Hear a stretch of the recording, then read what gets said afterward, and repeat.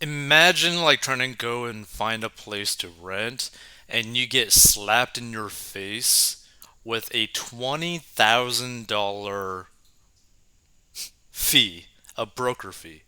Like, I have never seen something like this that high for really any. Like, to be more specific, I haven't seen a broker get paid $20,000 for their fee for a basically crappy apartment, right? In New York City.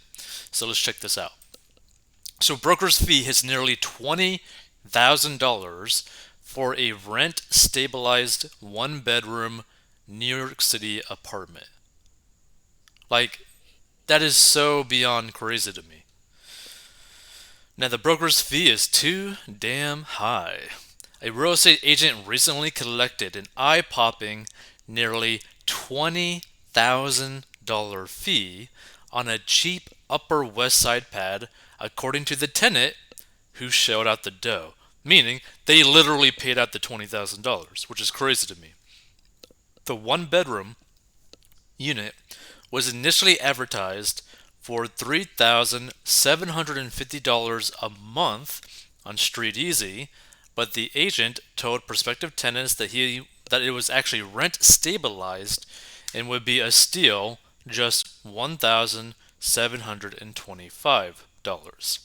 That is well below Manhattan's median rent, which hit a record $4,150 a month in July, and any future rent increases on the apartment would be limited by the city's Rent Guidelines Board, which this year approved a 3.25% increase for 1 year leases. Then the agent Ari Wilford with city-wide apartments in Manhattan dropped the other shoe. The broker's fee would be $20,000. He said, looking at the rent stabilized price and looking at the broker fee, it will make sense in the long term, which at the end of the day it does, but at the same time it's like, wow, that's a lot of money for a broker fee, recalled the tenant who didn't want to be identified. And the renter said he managed to get Wilford to shave, oh my goodness, $500 off of the $20,000 before sealing the deal and taking a chunk out of his savings to pay for it. And here's the thing. I think the biggest thing that bothers me when I stumbled upon this article is that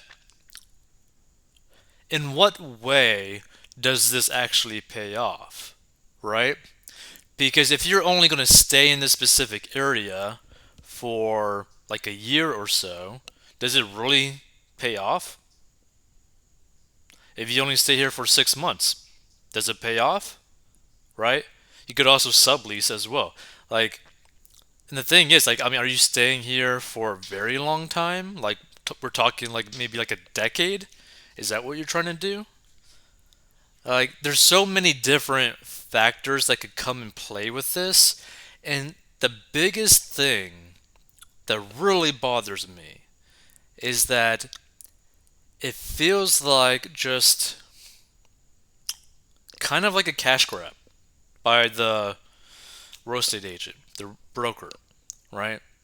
Which, funny enough, because this is New York City, I mean, half of that, well, more than half of that is probably going to taxes, right? So it's not actually that big of a payday when you really think about it. But it's just sad to see, right? Because $20,000 is not a small amount of money for the majority of people, right? Like $20,000 in basically any other location than like New York and California would be like a down payment for like a two bedroom, one bathroom house, right? In a nice neighborhood or an okay neighborhood, right? Nothing too great, but like that's like a down payment for a house in a lot of parts of the country. So like the thing that always like confuses me is that why do so many people stay in areas where they have their cost raising so much, but their incomes not really raising as much as their costs are? It's just crazy. So the apartment is in what Owner Solil Management describes as a rustic 6-story pre-war elevator building near Central Park and Frederick Douglass Playground. Despite the huge cash outlay, the pad wasn't even going to be painted ahead of the renter's July 1st move-in date. He said he paid even more money to put his belongings in storage for a week so the landlord could add a fresh coat of paint. So, you paid 20K to the broker who basically slapped you around, in my opinion, right? Because, I mean, to get like 20,000, like that big of a fee for a lease, like, for like a rent, that just seems crazy to me. Truly, right? We're not talking about like a multi million dollar pad, right? We're talking about like a 1 bedroom kind of crappy apartment in New York City, right? But to do that, to pay your broker 20 grand and pay for storage fees, and your broker couldn't have basically set up something to where, oh yeah, for sure, by the time that you move in, because of this extra cost to you, I'm going to go above and beyond and make sure to secure that your place is going to get painted in before you move in. Right? Like, that's just crazy. The hunt for a New York City apartment has become so grueling that prospective tenants are standing on long lines to secure tiny spaces. Gone are pandemic price breaks, and bidding wars are even breaking out on some units. But a broker's fee of $20,000 is unusual even for the current hot rental market, experts said. The typical fee is usually 1 month's rent or a maximum of 15% of a year's rent. Like, see, this is what I'm saying, right? Like, to get paid 20 G's, $20,000 for like a 1 year rent is insane. Like, how does that make any sense? Now, if he sold the place to the person, that'd be completely different. So I've never seen that, and it's not something I do. All my fees have been 15%, said Marvin Michelle with Douglas Elliman. Broker Dolly Lenz told the Post the practice probably isn't kosher, and if the tenant complained loud enough, could probably get the money back. One person who viewed the Upper West Side apartment said the 20,000 fee was an undisputable turnoff to him, on top of what he said was poor natural light in the unit. I just thought it was the most ludicrous proposition, said the prospective tenant, who didn't want to be named. And another agent at Citywide Apartments also asked a sky-high fee for an Upper East Side Railroad flat, which was also rent stabilized with a monthly rent of $2,250, according to a report on the Hellgate website in June. Like, here's the thing. Like, the apartment doesn't necessarily look bad, right? But think about this. You're still paying close to 2 grand a month without really any space, without really being able to do really anything, right? It's just, and to pay someone 20 grand for that just seems insane to me, right? It's like, wow, you're really gonna do that. You're really gonna, because the way that I see it, it looks like, in my opinion, that the broker was basically taking advantage of someone that either didn't know better or was in a desperate situation and they needed to quickly find a place to stay at. Like, and that's a little bit sad to me. And this is the reason why when you go and like make really, really big purchases like this, like where you stay, make sure that it's not really going to affect you at all. Like, Lord. So the prospective tenant declined to pay the reported $10,000, the site said, and the State Department of State, which licenses real estate agents, said there is no law that sets a limit on broker's fee. Okay, yeah, there may not be a law, But there's also like a reputation kind of thing within the real estate world, right? If you become like a real estate agent, that basically the word gets out that you charge people massive fees for basically really cheap properties, people are going to probably stay away from you. Because they're like, oh no, I'm going to be taken advantage of. Oh no, maybe this guy's a scam. Oh no, this is horrible, right? Like, there's like a big reputation thing when it comes to real estate brokers as well. However, a broker's fee must represent charges for actual services.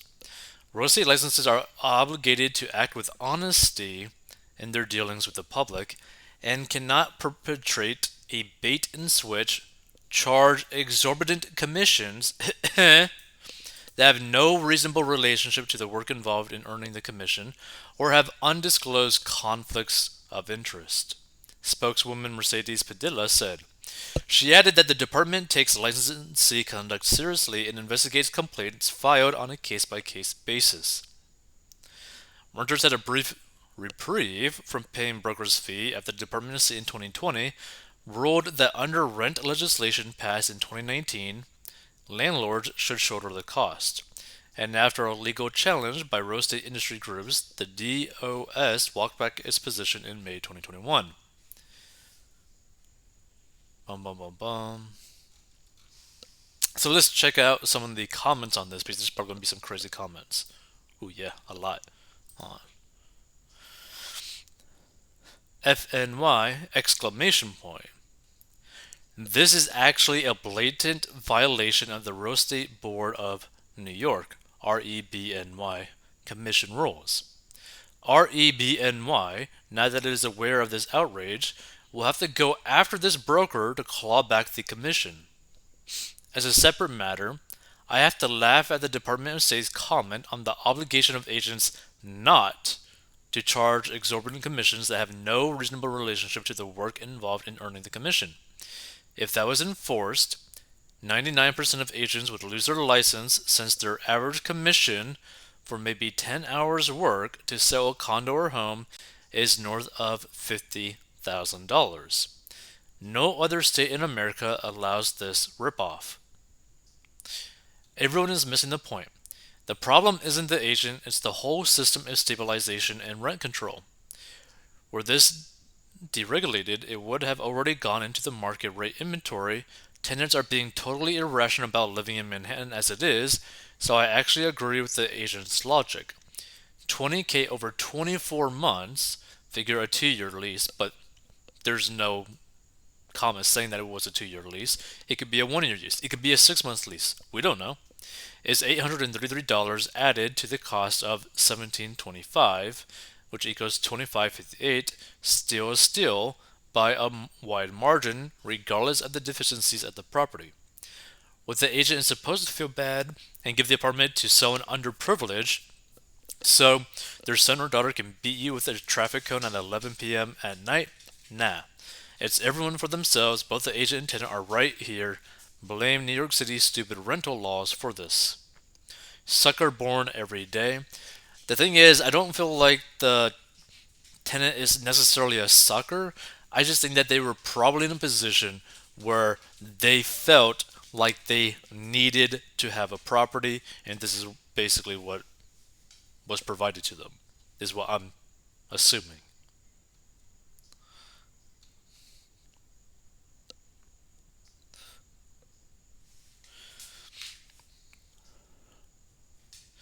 So if it's a $4,000 a month apartment and the renter is paying $1,700, who is covering the difference?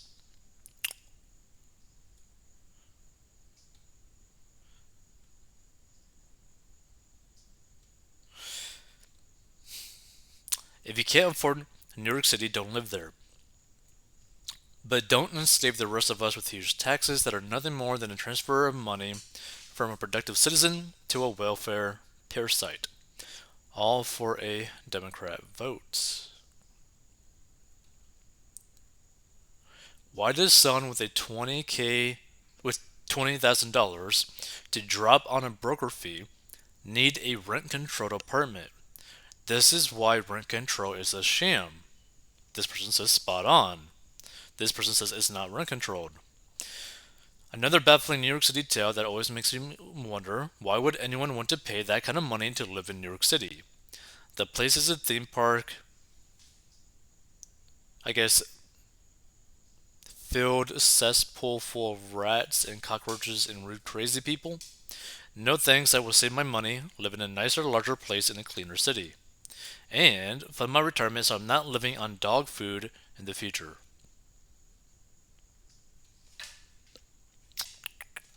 Let's see.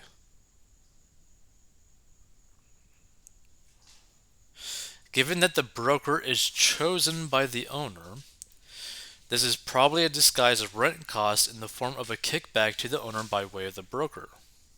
Interesting.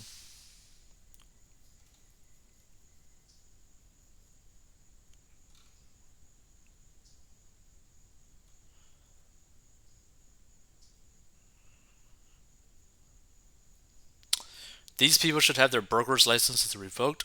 This is like price gouging during a hurricane. Now, that might be the case if the individual who ended up buying the property went into debt to simply pay that fee. Then, yeah, that's probably like a really sketchy situation.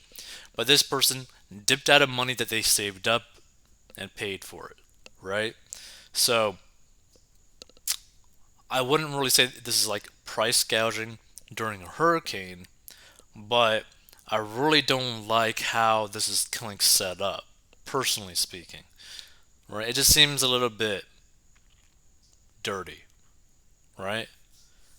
To me, like getting paid like 20 grand or whatever for maybe like the sale of a condo or purchase of a condo, okay,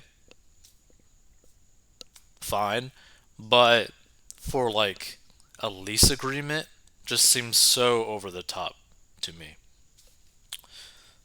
If you want to learn how to get out of debt, go to 40inbox.com.